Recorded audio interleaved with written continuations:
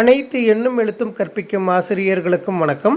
3ஆம் பருவத் தேர்வு தொகுத்தறி மதிப்பீட்டில் ஒவ்வொரு பாடத்திலும் மாணவர்கள் கேள்வி வாரியாக பெற்ற மதிப்பெண் விவரங்களை டிஎன்எஸ்சிடி ஸ்கூல் செயலியில் வகுப்பாசிரியர்கள் எவ்வாறு பதிவேற்றம் செய்வது என்பது குறித்து இந்த வீடியோவில் பார்க்கலாம்.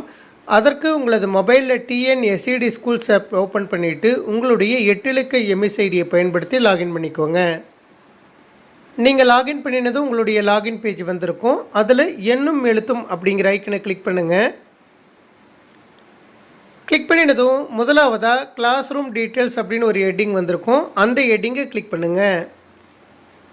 கிளிக் பண்ணிவிட்டு அதில் வரக்கூடிய கிளாஸ் டைப், அதே போல் medium of instruction, class, subject, இந்த விவரங்கள் அனைத்தும் சரியாக டிக்காக இருக்கா அப்படிங்கிறத உறுதிப்படுத்திக்கோங்க. சப்போஸ் தவறுதலாக டிக்காக இருக்கக்கூடிய பட்சத்தில் சரியான விவரங்களை டிக் பண்ணிவிட்டு லாஸ்ட்டாக இருக்கக்கூடிய சேவ் அப்படிங்கிற ப்ளூ கலர் பட்டனை கிளிக் பண்ணுங்கள். கிளிக் பண்ணினதும் கிளாஸ் ரூம் டீட்டெயில்ஸ் அப்டேட்டட் அப்படின்னு வந்திருக்கும்.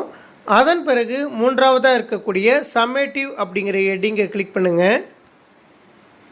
கிளிக் பண்ணினதுக்கப்புறம் செலக்ட் டேர்ம் அப்படின்னு கேட்கும். அதற்கு பக்கத்தில் இருக்கக்கூடிய டவுன் ஏரோவை கிளிக் பண்ணிவிட்டு டேர்ம் 3 செலக்ட் பண்ணிவிட்டு ஓகே கொடுத்துக்கோங்க. நீங்கள் ஓகே கொடுத்ததும் டேர்ம் 3 செலக்ட் ஆகிட்டு கிளாஸ் ரூம் டீட்டெயில்ஸில் எந்தெந்த வகுப்புகள் என்னென்ன சப்ஜெக்ட் நீங்கள் செலக்ட் பண்ணியிருக்கீங்களோ அதனுடைய விவரங்கள் வந்திருக்கும். இப்போ உதாரணத்திற்கு முதல் வகுப்பிற்கு தமிழ் பாடத்திற்கான மதிப்பெண்களை உள்ளீடு செய்வதற்கு கிளாஸ் 1 தமிழ் அப்படிங்கிற ஹெட்டிங்கை கிளிக் பண்ணிக்கிறேன். நீங்கள் கிளிக் பண்ணினதும் உங்களது வகுப்பில் உள்ள அனைத்து மாணவர்களுடைய பெயரும் வந்திருக்கும். சப்போஸ் உங்களது பள்ளியில் 2-3 செக்ஷன் இருக்கக்கூடிய பட்சத்தில் நீங்கள் எந்த செக்ஷனுக்கு கிளாஸ் டீச்சராக இருக்கீங்களோ அந்த செக்ஷனை மட்டும் தேர்வு செய்வதற்கு செலக்ட் செக்ஷன் அப்படிங்கிற டவுன் ஏரோவுக்கு பக்கத்தில் இருக்கக்கூடிய அந்த டவுன் ஏரோவை கிளிக் பண்ணிவிட்டு செக்ஷனை செலக்ட் பண்ணிவிட்டு ஓகே கொடுத்துக்கோங்க. அதே போல் குறிப்பிட்ட மாணவருக்கு மட்டும் நீங்கள் மதிப்பெண்களை உள்ளீடு செய்வதாக இருந்தால் சர்ச் அப்படிங்கிற பாக்ஸில் அந்த மாணவருடைய பெயரோ எம்எஸ்ஐடியை மட்டும் நீங்கள் டைப் பண்ணக்கூடிய பட்சத்தில் அந்த மாணவருடைய பெயர் மட்டும் உங்களுக்கு விசிபிள் ஆகும். இது போல் அந்த மாணவருக்கு மட்டும் நீங்கள் மதிப்பெண்களை உள்ளீடு செய்து கொள்ளலாம். அதே போன்று உங்களது வகுப்பில் எந்த மாணவர்களுக்கும் இதுவரை நீங்கள் மதிப்பெண்கள் உள்ளீடு செய்யவில்லை அப்படிங்கிற பட்சத்தில் ஸ்டேட்டஸ் அப்படிங்கிற இடத்துல நாட் அசஸ்ட் அப்படின்னு வந்திருக்கும். அதே போல் எடிட் சிம்பிளும் கொடுத்துருக்காங்க. இப்போ உங்களது வகுப்பில் குறைவான மாணவர்களே இருக்கக்கூடிய பட்சத்தில் டைரெக்டாகவே நீங்கள் அந்த மாணவர்களுக்கு மதிப்பெண்களை உள்ளீடு செய்வதற்கு ரெக்கார்ட் அப்படிங்கிற ப்ளூ கலர் பட்டனை கிளிக் பண்ணுங்கள். கிளிக் பண்ணினதும் அந்த மாணவருடைய பெயர் வந்துட்டு அவர்களுக்கு கீழே 10 கொஸ்டின் வந்திருக்கும். ஒவ்வொரு கேள்வியிலும் மாணவர்கள் தொகுத்தறி மதிப்பீட்டில் எத்தனை மதிப்பெண்கள் பெற்றுள்ளார்களோ அதனை தேர்வு செய்யும் வகையில் கொடுத்திருக்கிறார்கள்.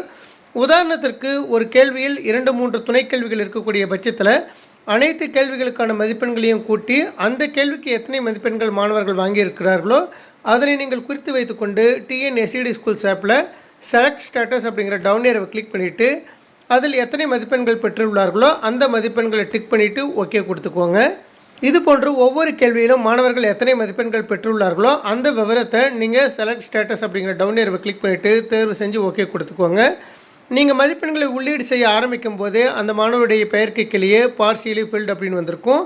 அனைத்து கேள்விகளுக்கான மதிப்பெண்களையும் நீங்கள் உள்ளீடு செய்யும்போது கம்ப்ளீட்லி ஃபில்ட் அப்படின்னு வந்திருக்கும். இது போல் அனைத்து மாணவர்களுக்கான மதிப்பெண்களையும் நீங்கள் உள்ளீடு செய்த பிறகு லாஸ்ட்டாக ஸ்க்ரோல் பண்ணிவிட்டு போயிட்டு ஃபைனல் சப்மிட் அப்படிங்கிற ப்ளூ கலர் பட்டனை கிளிக் பண்ணிவிட்டு சப்மிட் கொடுத்துக்கோங்க. சப்மிட் கொடுத்ததுக்கப்புறம் டாப்லேயே இருக்கக்கூடிய லெஃப்ட் ஏரோவை கிளிக் பண்ணிட்டு வந்துட்டு திரும்பவும் லெஃப்ட் ஏரோவை கிளிக் பண்ணிட்டு வந்துட்டு இது போல் நீங்கள் பேக் பட்டனை ப்ரெஸ் பண்ணிகிட்டே வரும்போது மெயின் பேஜுக்கு வந்ததும் உங்களுடைய மதிப்பெண்கள் வந்து சர்வரில் ஸ்டோர் ஆகிவிடும். இது போல் மிக எளிமையான முறையில் மாணவர்கள் தொகுத்தறி மதிப்பீட்டில் பெற்ற மதிப்பெண் விவரங்களை ஒவ்வொரு பாடத்திற்கும் கேள்வி வாரியாக டிஎன்எஸ்சிடி ஸ்கூல் செயலியில் நாம் பதிவேற்றம் செய்து கொள்ளலாம். நன்றி.